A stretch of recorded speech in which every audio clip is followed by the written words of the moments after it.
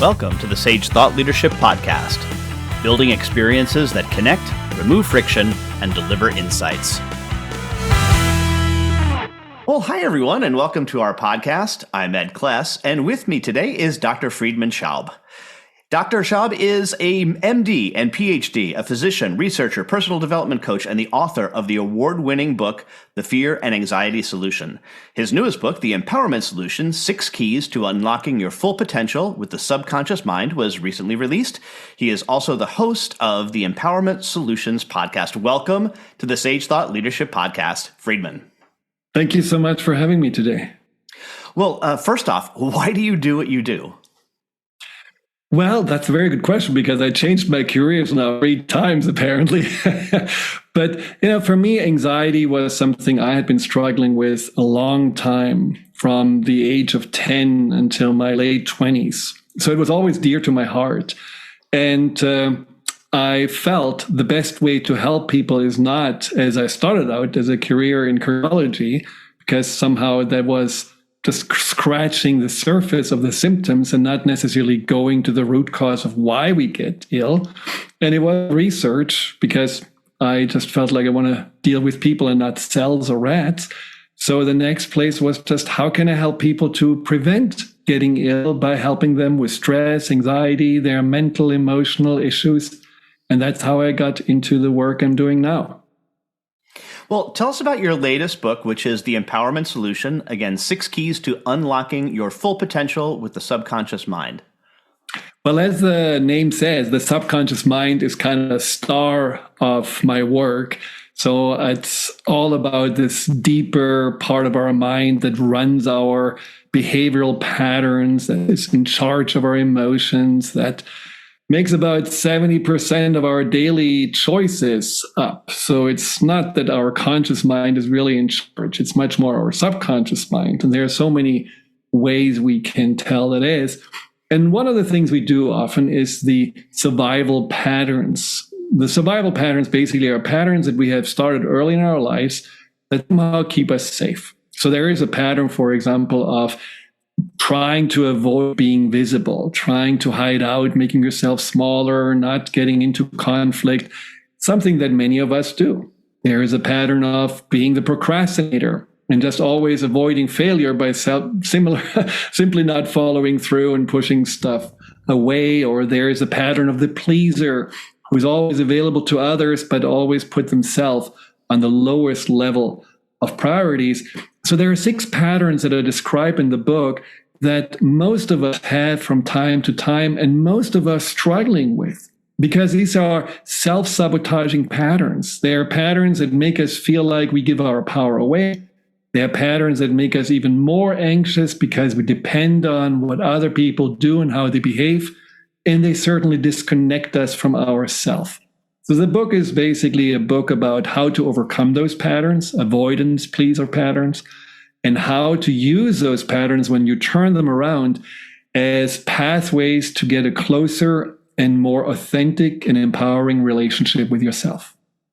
It's interesting. I have a friend of mine who's written a book, and he talks a lot about anxiety in the book. He breaks anxiety into 2 different components. He calls it what he calls chronic anxiety. That's the anxiety that we constantly carry around with us. And then what's episodic anxiety. This is the anxiety that happens during the day, getting the kids out the door, what have you.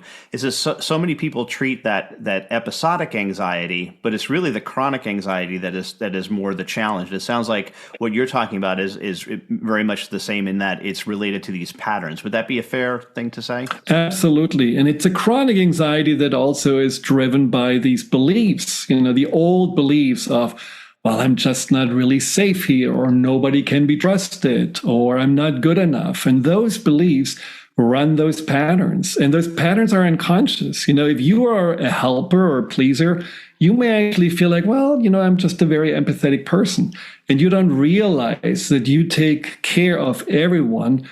And deep inside, you resent them because no one is taking care of you. Or if you are always feeling like, you are trying to hide out because, somehow you're afraid of judgment or being criticized, in the moment, it may feel normal because that's what you do for 20, 30 years. But you also realize, well, I'm actually feeling lonely. and I want to have connection, but I don't dare to show up or tell people who I am. So these are very much patterns that define our lives in many areas, and there is a way to get out of them. So that is very much tied in with what your friend also talks as chronic anxiety. Absolutely. So you mentioned that there's a way to get out of the pattern, but there's no way to really eliminate anxiety from our lives. Anxiety is kind of the price we pay for freedom, so to speak, because we have to have some anxiety in our lives, but we can't eliminate it. It's really just more of a question of, can you self-regulate it? Is that fair? I would say that anxiety definitely is something that you don't want to eliminate, because if you do, you're probably dead or a robot. So it's a good idea to know you have the whole gamut of feelings available to you. And anxiety, makes sense. I mean, my anxiety was an enigma to me. I had no clue what my anxiety was about until I realized my anxiety basically is based on my upbringing of being told I'm not good enough, not smart enough, whatever. And so I was always afraid of not meeting the mark, not succeeding, whatever those things are.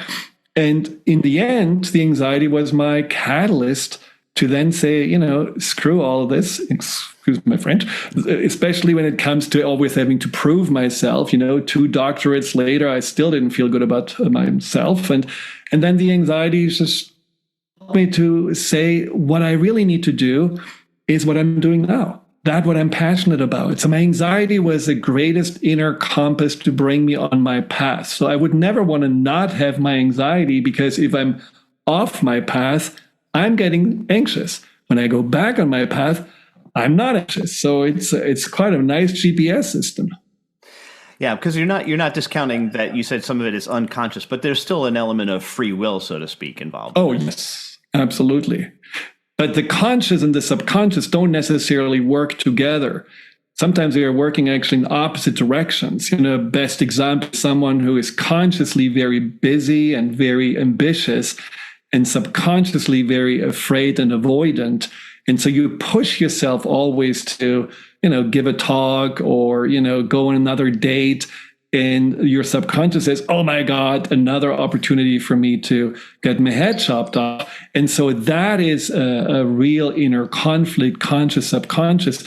So the goal is, how can you consciously understand and then collaborate with your subconscious? That's what I believe Einstein meant when Einstein said, apparently, that we only use 10% of our potential. And I think if we are getting our subconscious on our side, we can use much more of our innate potential. We have an exit question that we ask all of our guests, and that is, who is a hero of yours, and why are they a hero? I think I'm pretty averse to heroes, because I think we are in a hero-obsessed society, especially when you look at superhero movies. Everyone wants a hero. And I think, for me, the heroes are the ones no one talks about. The people that I work with, the people that I feel like they have anxiety, they feel insecure, they struggle, they had a lot of abuse happening in their life, and they're still getting up in the morning. They're still trying to be the best parents. They're still the ones that are saying, I will not let my past define me. For me, the heroes are the people that have really, I know one person, for example, who is an immigrant, and he lives, illegal. He has, 5 siblings living in one room. But he chooses to go to college. He chooses to make somehow a better life for himself and his family. He's getting up every morning as a, 18-year-old kid and just trying his best, and then does at night do a job to feed the family. The people like that, those are my heroes, because despite all the adversities, all the world saying no to them, they are still saying yes to life. And I think that's inspirational. And lastly, Friedemann, how can somebody contact you? Just go to my website, drfriedman.com. Well, Friedemann spelled with an E, so drfriedema2n.com. And you can also find me on all social medias, especially YouTube and also Instagram. All right. Dr. Friedemann Schaub, the author of The Empowerment Solution, 6 ways to unlock to unlock your full potential with the subconscious mind, recently released. Thanks so much for being a guest on the Sage Thought Leadership Podcast. Thank you very much. It was a pleasure. Review and subscribe by searching your podcast player of choice for Sage Thought Leadership Podcast.